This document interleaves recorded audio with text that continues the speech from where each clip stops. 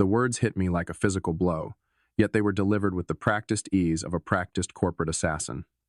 Mr. Vance, we appreciate your 20 years of dedicated service to Zenith Holdings. However, the board has decided to move in a new strategic direction. I looked across the polished obsidian table at Regina Thorne, Zenith's newly appointed CEO. Her smile was as sharp as the edge of a freshly minted coin. Beside her sat Derek Hayes, the head of acquisitions, whose gaze was fixed firmly on his expensive watch. I was 55, and just moments ago, I'd been the vice president of global logistics, the architect of Zenith's seamless supply chain that spanned continents, 20 years. 2 decades poured into optimizing routes, negotiating contracts, and implementing predictive analytics that kept this global empire humming. Regina continued, "We're confident that Project Chimera will revolutionize our distribution network. We trust you'll ensure a smooth transition." I reached for the single sheet of paper on the table, my termination notice. "Project Chimera," I repeated, my voice steady, betraying none of the fire within. That's interesting, because unless something has changed dramatically in the last hour, the entire global inventory management system is scheduled for a full security audit and a mandatory system recalibration at 3 p.m. today. A process that requires my unique authorization key to initiate and complete. Regina's smile tightened. Derek finally looked up, a flicker of concern in his eyes. "What are you talking about, Vance? There's no such recalibration scheduled." I rose, slowly adjusting the cuff of my bespoke suit. "Oh, but there is. I implemented it myself 6 months ago, after the attempted cyber attack from the East Asian Syndicate. It's a failsafe.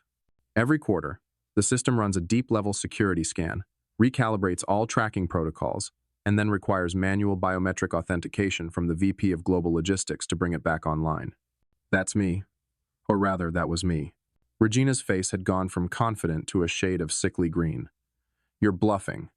You wouldn't cripple the company's operations." I walked towards the door, turning back one last time. "The final contract signing with Quantum Dynamics for their new Singapore distribution hub is at 4 p.m., a $75 million deal.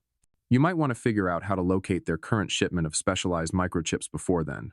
Otherwise, it will be quite a difficult conversation." The cold silence from the boardroom was my only answer. I could already hear the frantic whispers starting as the elevator doors closed behind me, carrying me down to the underground parking garage beneath Zenith's gleaming New York City skyscraper. My old Bentley, a testament to years of quiet success, sat in my usual spot. The same spot Derek Hayes had tried to reassign to his new, inexperienced protege last week, claiming senior leadership deserved premium access. I settled behind the wheel, the silence of the car a stark contrast to the impending chaos above. 2:55 p.m. My phone began to vibrate with a relentless urgency. I had built Zenith Holdings' logistics backbone from the ground up. It started 2 decades ago in a small rented warehouse in Queens, plotting delivery routes for local businesses. Arthur Vance, my father and Zenith's founder, handled the client acquisition. I handled the intricate dance of moving goods efficiently and reliably. We were partners then, a family business built on trust and an obsession with precision. The first crack in that foundation appeared 5 years ago, when Arthur retired, and his hand-picked successor, Regina Thorne, took the helm. Regina, a rising star from a fast-fashion conglomerate, spoke endlessly of disruptive innovation and lean operational models. She saw our robust, meticulously crafted supply chain as an overly complex legacy system. The warning signs were subtle at first. She'd attend critical vendor negotiations without prior briefing, then interrupt me mid-discussion to suggest cost-cutting measures that threatened long-standing, ironclad relationships. She unilaterally outsourced our dedicated freight audit team, replacing them with an AI-driven platform that constantly flagged legitimate expenses. But the real shift came when she hired Clara Davies, a young, ambitious MBA, ostensibly to assist with global route optimization. Clara, it quickly became clear, spent most of her time shadowing me, asking pointed questions about our proprietary algorithms, the backup systems, and the fail-safe protocols that kept our operations resilient. 2 months ago, I caught Clara trying to extract data from my encrypted contingency archives. When I confronted her, she stammered that Regina had authorized it for redundancy and future scalability. When I pressed Regina, she dismissed it as standard protocol for a forward-thinking company. Then, last week, Regina began asking unsettlingly specific questions about my personal biometric authorization key. She claimed the board was concerned about single-point vulnerabilities and wanted to establish multi-factor authentication for critical functions. I told her I'd consider implementing a phased rollout. I should have known then what was coming. I should have realized Clara wasn't there to help me, but to dismantle my knowledge base. I should have seen that every system I'd built, every proprietary algorithm I'd written, was being systematically cataloged and prepared for my inevitable departure. But I trusted Zenith. I trusted the legacy my father had built. My wife, Maria, saw it all. She'd watched me come home, the passion I once held for my work slowly eroding, replaced by frustration. She listened as I described meetings where Regina would casually dismiss my 20 years of expertise, only to parade my ideas as her own at the next quarterly review. "She's not just undercutting you, David," Maria had warned me over a quiet dinner last month. "She's stripping away your value, piece by piece. When she's done, there'll be nothing left but an empty shell." 5 minutes left. The call I'd been waiting for came precisely on schedule. Regina Thorne's name flashed on my phone screen. "David, we need to talk. This instant." "No, we don't," I said, my voice unwavering. "Listen, perhaps I was overly direct in there. The board has been demanding aggressive changes, pushing for transformative leadership. I was trying to protect you, David, truly." "Protect me?" The hollow lie echoed in the confined space of my car. The same excuse she'd used when she took credit for my innovative logistical solutions. When she hired Clara behind my back, when she started excluding me from decisions about the very supply chain I'd meticulously crafted. "The recalibration initiates in 4 minutes, Regina." "Okay, look, what do you want? We can offer you a substantial severance package, an executive consulting role, generous stock options." I almost laughed. Just minutes ago, she'd dismissed me in front of the entire board like I was some junior clerk caught wasting office supplies. Now she was desperate to negotiate. "I want you to understand something, Regina," I said, my tone low and deliberate. "For 20 years, I've dedicated my life to building a global logistics network that made you and Zenith Holdings incredibly wealthy. I've covered for your operational oversights, fixed the systemic problems you created with your disruptive innovations, and watched you claim credit for work I did with my own hands. I'm not finished. You brought Clara in to systematically learn my job so you could dispose of me. You've been planning this for months, perhaps longer. The only variable you didn't account for was this." 3 minutes. Through the concrete walls of the parking garage, I could hear distant shouts, the frantic revving of car engines as people scrambled to escape. Someone was probably racing to the main server room, foolishly believing they could manually override the shutdown sequence. They couldn't. I'd learned years ago to build fail-safes into fail-safes, to protect Zenith's critical infrastructure even from itself, from incompetent leadership, specifically. "What do you want?" Regina's voice, now tinged with genuine panic, cracked through the speaker. "I want you to remember this moment," I said. "I want you to remember that for 20 years, I was fiercely loyal to Zenith. I believed in this company, believed in what we were building together, and you carelessly threw it all away because you were too afraid of appearing anything less than ruthless in front of your board." 2 minutes. "The quantum dynamics contract signing is in 58 minutes, I continued, my voice chillingly calm. $75 million. Without a functional global inventory system, you've got nothing to track, nothing to ship. Without the client database, you don't even have their direct contact information." I could hear muffled voices in the background, people shouting instructions, keyboards clicking frantically. How do I fix this, David?" Regina pleaded. 1 minute. "You don't," I said, and calmly ended the call. I started my Bentley and slowly drove towards the exit. In 60 seconds, every light in the Zenith Holdings gleaming skyscraper would flicker into darkness. Every server would go silent. Every phone system, every security camera, every piece of critical equipment that kept the global enterprise running would grind to a halt. And for the first time in 20 years, Regina Thorne would have to solve a problem without me. The global system shutdown at Zenith Holdings lasted exactly 5 hours and 12 minutes. I knew this because I was sitting in the Navigator's Compass, a quiet bistro overlooking the Hudson River, enjoying a late lunch and watching the chaos unfold on the news channel mounted above the bar. Global logistics giant experiences unprecedented. Outage scrolled across the bottom of the screen, while a flustered reporter stood outside the darkened Zenith Tower, interviewing bewildered employees who'd been sent home. My phone rang incessantly. Regina called 19 times. Clara called 12. Derek Hayes from Acquisitions called 3 times. I let them all go to voicemail. At 4 p.m., the building lights finally flickered back on. I knew they'd found a way to manually re-engage some core systems. likely by bringing in an emergency IT team to pull backup drives from the off-site data center and painstakingly rebuild critical network segments from scratch. It would take them days, if not weeks, to restore full functionality and address the gaping vulnerabilities I'd left exposed. At 4:37 p.m., my phone rang with a number I didn't recognize. Mr. Vance, this is Attorney Maxwell Stern from Stern and Associates. I represent Zenith Holdings. We need to discuss your highly disruptive actions today. A lawyer. Regina was already activating her legal cavalry. I haven't done anything illegal, Mr. Stern. Sabotage is a federal offense, Mr. Vance. Intentionally disrupting critical corporate infrastructure, causing massive financial harm to a multinational corporation. The U.S. Attorney's Office might be very interested in your activities. I almost smiled. They truly believed they could intimidate me with legal threats, the same way Regina had been intimidating me with veiled job security threats for months. I implemented a standard, board-approved security protocol designed to protect sensitive company data, I stated calmly. The system worked exactly as intended. If Zenith Holdings no longer employs qualified personnel to operate their proprietary technology, that's not my problem, Mr. Stern. You deliberately created a situation where you were the only individual who could restore critical global operations, he countered, his voice hardening. I created a situation where the vice president of global logistics had to authorize system recalibrations. I was the vice president of global logistics until approximately 2:30 p.m. today. The lawyer was quiet for a moment. Mr. Vance, I think you're severely underestimating the gravity of your situation. The quantum dynamics contract, worth $75 million, was irrevocably lost due to your actions. Multiple other high-profile international clients experienced critical service disruptions, resulting in substantial penalties. The cumulative damages could easily reach into the hundreds of millions. Hundreds of millions. Regina must have fed him inflated, panic-driven figures, hoping to scare me into immediate compliance. The quantum dynamics contract was lost because Regina Thorne fired her vice president of global logistics 10 minutes before a critical signing, I asserted.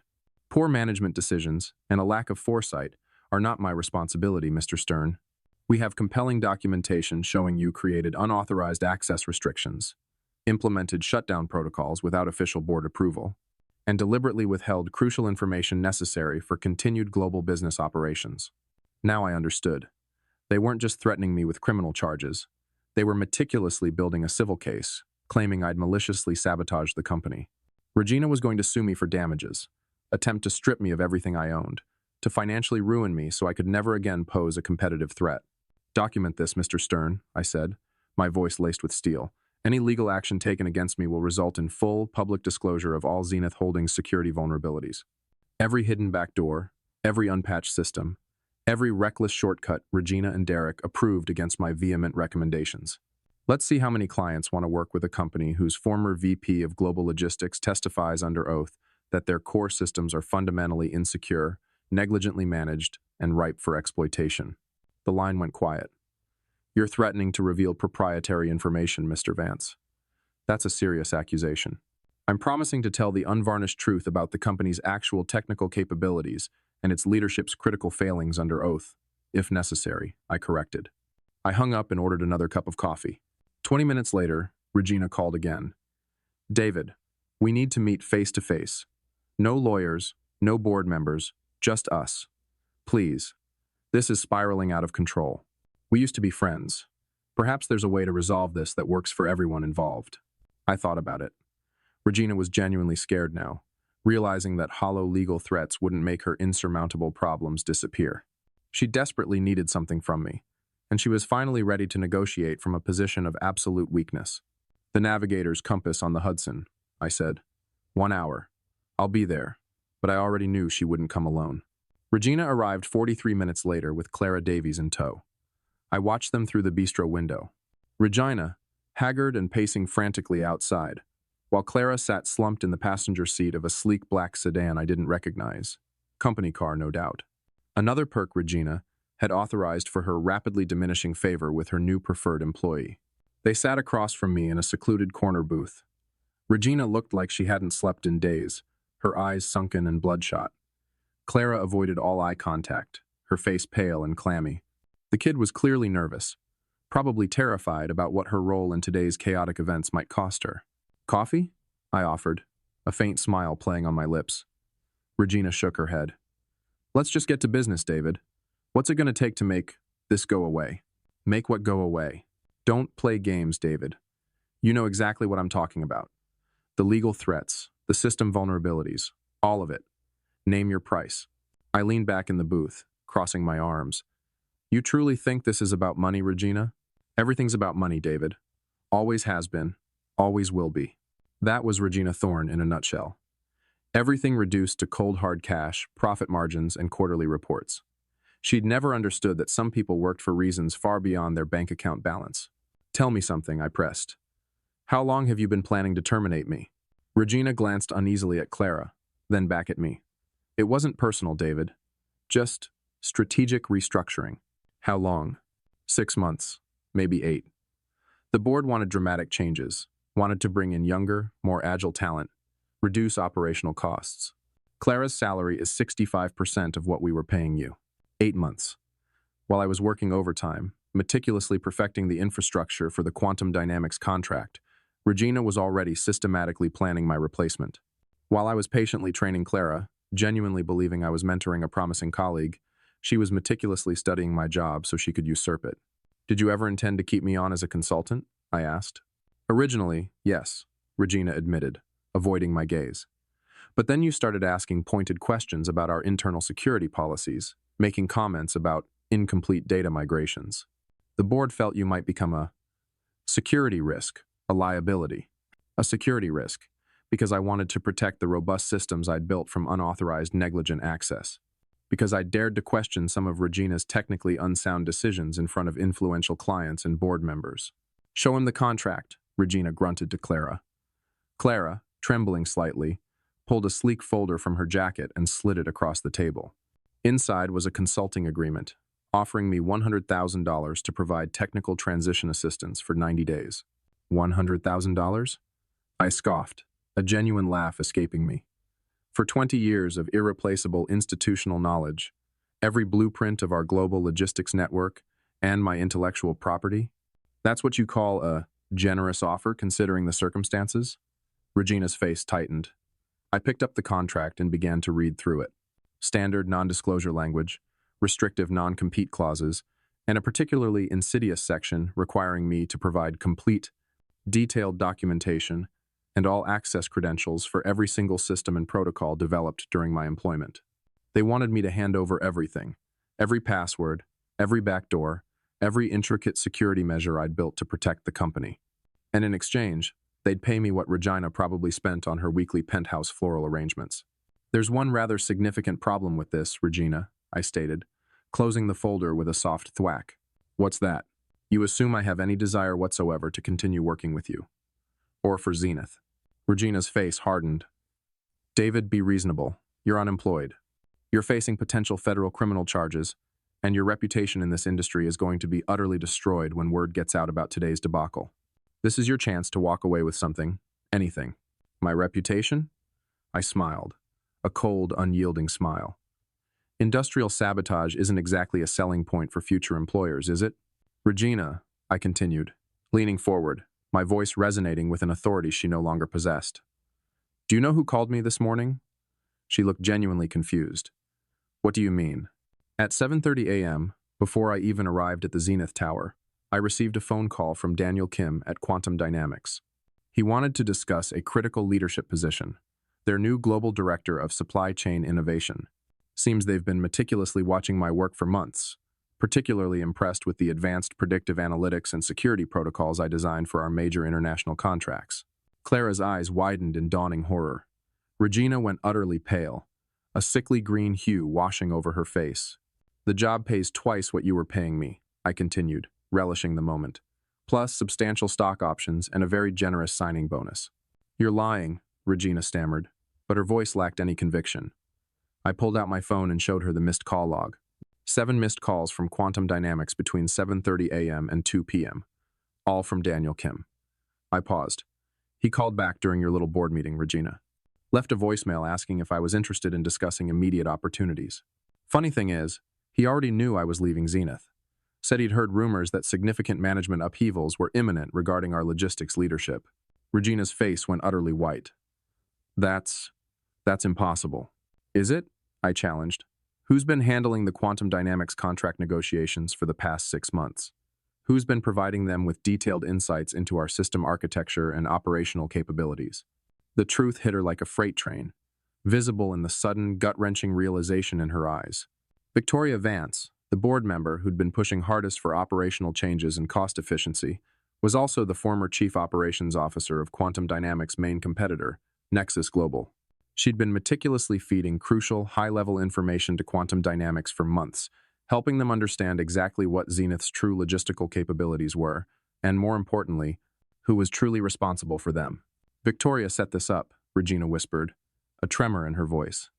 She orchestrated my downfall. She's been subtly recruiting me since January, I confirmed, my gaze steady. Discreet conversations at industry summits, casual questions about my satisfaction with current management, subtle hints about better, more aligned opportunities. I turned her down, Regina, because I thought I owed you loyalty. 20 years of it. Clara was staring at the table, probably realizing that her brand new job might not be as secure as she'd naively thought. If Quantum Dynamics poached Zenith's key technical personnel and acquired its core IP, they could undercut every contract bid and effectively steal the entire client base. But today changed my mind, I continued, watching the complete devastating realization dawn in Regina's eyes. When you summarily fired me in front of the entire board, you made it abundantly clear that 20 years of partnership, of unwavering trust, meant absolutely nothing. So, I called Daniel Kim back. Regina frantically grabbed her phone. I need to call Victoria. I need to find out what she's planning. Too late for that. What do you mean? I checked my watch, a theatrical gesture, enjoying the moment of pure, unadulterated dread on her face. At 5 p.m. today, Quantum Dynamics is officially announcing the acquisition of Zenith Holdings' entire intellectual property portfolio. They've purchased the exclusive rights to our global logistics optimization software, our predictive analytics algorithms, and our secure supply chain integration protocols. That's impossible. We own those systems. Regina blustered, but her voice was weak, defeated. You own the code, I corrected. I own the patents. The silence stretched across the table like an unbridgeable chasm. Regina's mouth opened and closed without a sound, a fish out of water. Clara looked like she might vomit right there in the booth. The patents. Regina finally managed to croak, her voice barely a whisper. Filed meticulously in my name over the past 5 years, I finished for her. Every major system upgrade, every quantum encryption protocol, every piece of genuinely innovative code. My lawyer assured me that as the actual inventor, I retained all intellectual property rights, regardless of my employment agreements. It was true. My attorney had advised me years ago to file patents on my major innovations, partly for protection and partly for the simple, well-earned pride of creation. I'd never once imagined I'd need them as leverage against my own company. The global logistics optimization system alone is valued at $12 million in licensing fees, I continued, piling on the agony. The predictive analytics algorithms are worth another $18 million. The secure integration protocols, supply chain mapping systems, backup redundancies. Quantum Dynamics estimates the total portfolio value at a staggering $87 million. More than the $75 million contract Regina had just lost by firing me. More than Zenith Holdings' entire annual revenue. Enough, in fact, to put her company out of business if a direct competitor controlled this technology. You can't do this, David. Regina's voice was a desperate rasp. I already did. Signed the exclusive licensing agreement an hour ago. Quantum Dynamics gets exclusive rights to my patents for 5 years. In exchange, I get a global director position, significant equity in their company, and 25% of all licensing revenue. Regina was staring at me like I'd suddenly grown a second head, the same expression of bewildered disbelief she'd worn earlier when I told her about the system recalibration. The look of a woman realizing she'd catastrophically miscalculated. What happens to Zenith? Clara asked quietly, her voice barely a whisper. That depends entirely on Regina, I said, meeting Clara's gaze squarely. Quantum Dynamics is willing to negotiate a licensing agreement that would let you continue using my patents for a fee. How much? Regina managed to choke out. 60% of gross revenue.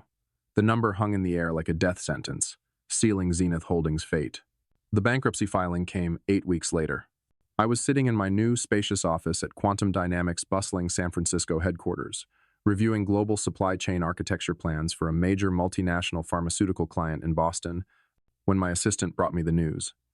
Zenith Holdings had filed for Chapter 11 protection, citing unsustainable operational costs and the unforeseen loss of critical intellectual property rights. Regina had tried to fight it. She'd hired 4 different law firms, aggressively challenged my patent claims in federal court, and even attempted to have me arrested for corporate espionage. Nothing stuck. The patents were legitimately filed and unequivocally mine. The licensing agreement with Quantum Dynamics was ironclad, and my departure from Zenith had been entirely her choice, orchestrated by her own short-sighted hand. She'd also tried, foolishly, to operate without my patented systems. For 3 agonizing weeks, Clara and a hastily assembled team of contractors attempted to rebuild the entire logistics infrastructure from scratch, scrambling to create new code to replace the sophisticated, patented algorithms. The results were disastrous. Global inventory databases crashed, critical security protocols failed, and the supply chain for Zenith's largest client, a major auto manufacturer in Detroit, went down for 48 grueling hours, causing widespread production halts and massive financial losses throughout their network. The lawsuits followed swiftly and mercilessly. The auto manufacturer sued for breach of contract. 3 other key international clients immediately terminated their agreements.